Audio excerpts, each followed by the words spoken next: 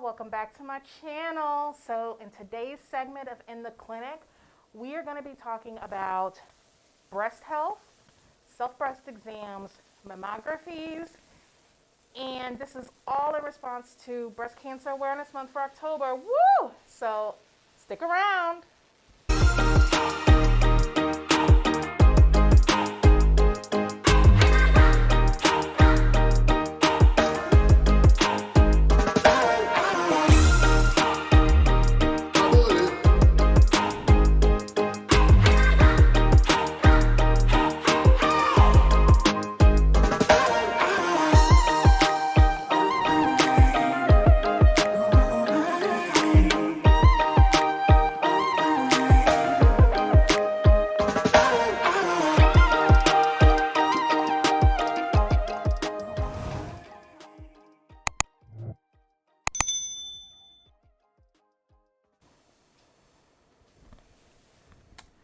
Hey y'all, so I'm back in the clinic this time with my colleague who is going to help me talk to you about ways to promote breast health.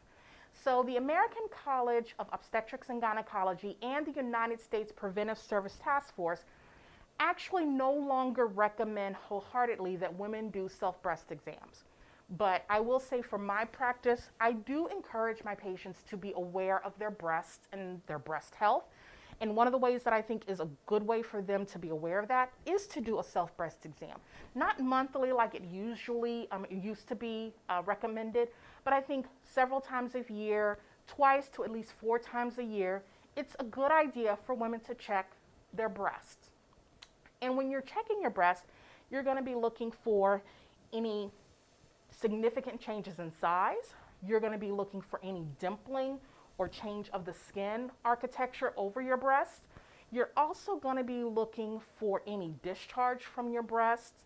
And the other thing that you're going to be looking for is what I call the peau d'orange, which if you look at the outside of an orange, that kind of rippling color of or rippling skin appearance of the orange, you're going to be looking for that in your breasts as well.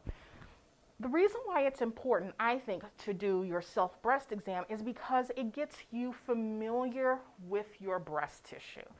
It gives you the power to say, okay, I feel nothing and therefore I'm good. It doesn't take the place of a mammogram, but it is a good kind of self-screening tool to just check and be aware. So Stacy has agreed, it's not COVID, under no coercion, to allow me to kind of demonstrate the areas that you need to focus on and the demarcation of how you do your self-breast exam. Okay? So I'm going to get some gloves and let's get started. So normally when I'm doing this for my patients, I usually have them laying down on the exam table and I usually have one arm up above their head. But if this is something that you're doing at home, you don't have to lay on your bed. This is something that you can do in the shower.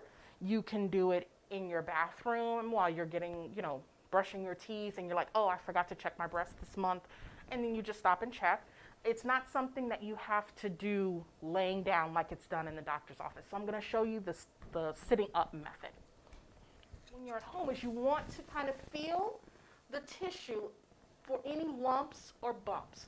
And basically you want to take your hands, you can go in a circular motion or you can go in a grid line, but you basically want to cover the breast tissue. Important to remember clavicle and your sternum as your lines of demarcation from one breast to another. And you're basically going to be feeling for what might seem like a kernel of corn or a sweet pea in size. That's what you're going to be feeling for. And you're going to kind of just want to palpate the breast all along here and even underneath. Then you're going to want to hold your armpit out and with your other hand come into the armpit, which we call the axilla, because you have breast tissue that even goes in there. And you're just going to be, again, feeling for any masses or any lumps that don't feel normal. Abnormalities.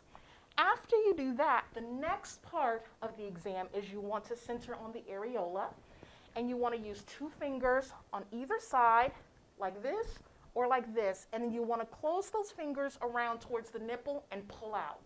And what you're going to be looking for there is to see if you see any nipple discharge.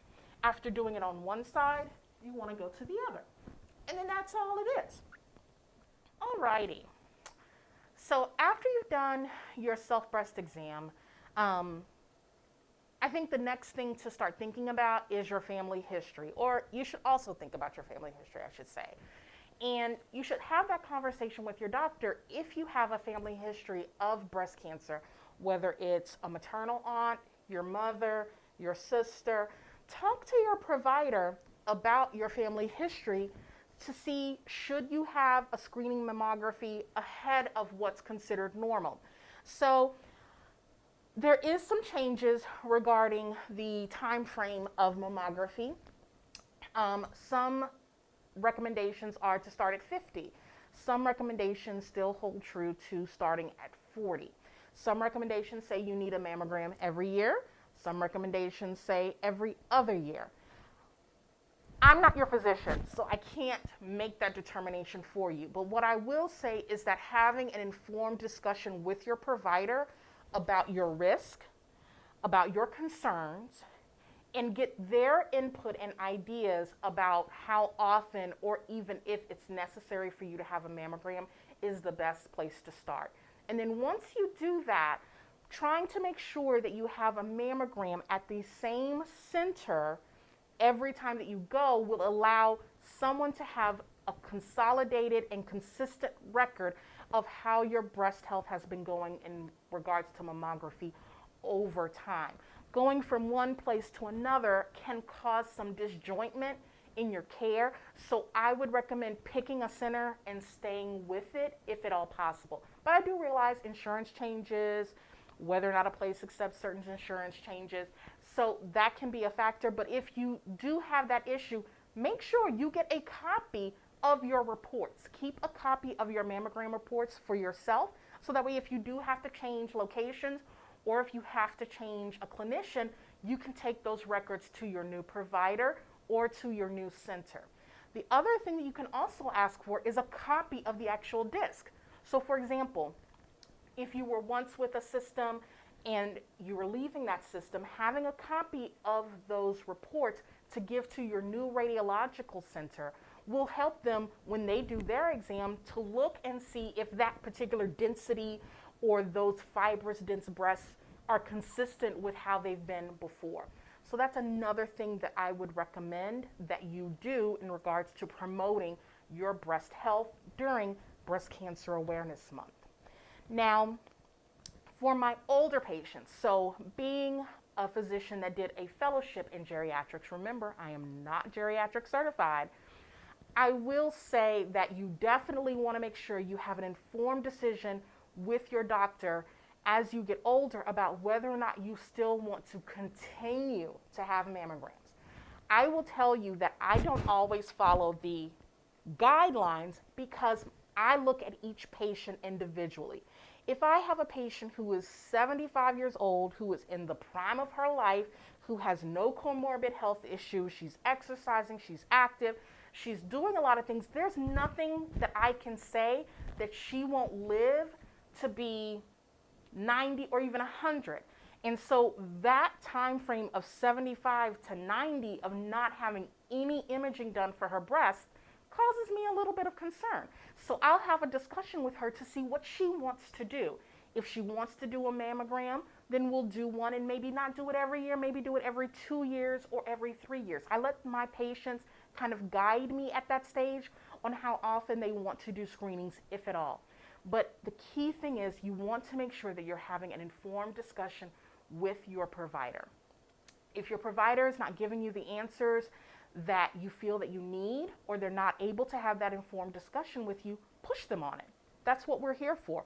That's our job. You may have to schedule another visit because it may not be able to be discussed in the time frame of your visit if your doctor's not prepared for that, but follow up with your provider and get the answers that you seek. So I think that's it. Did I cover everything? Yeah, I think so. All righty.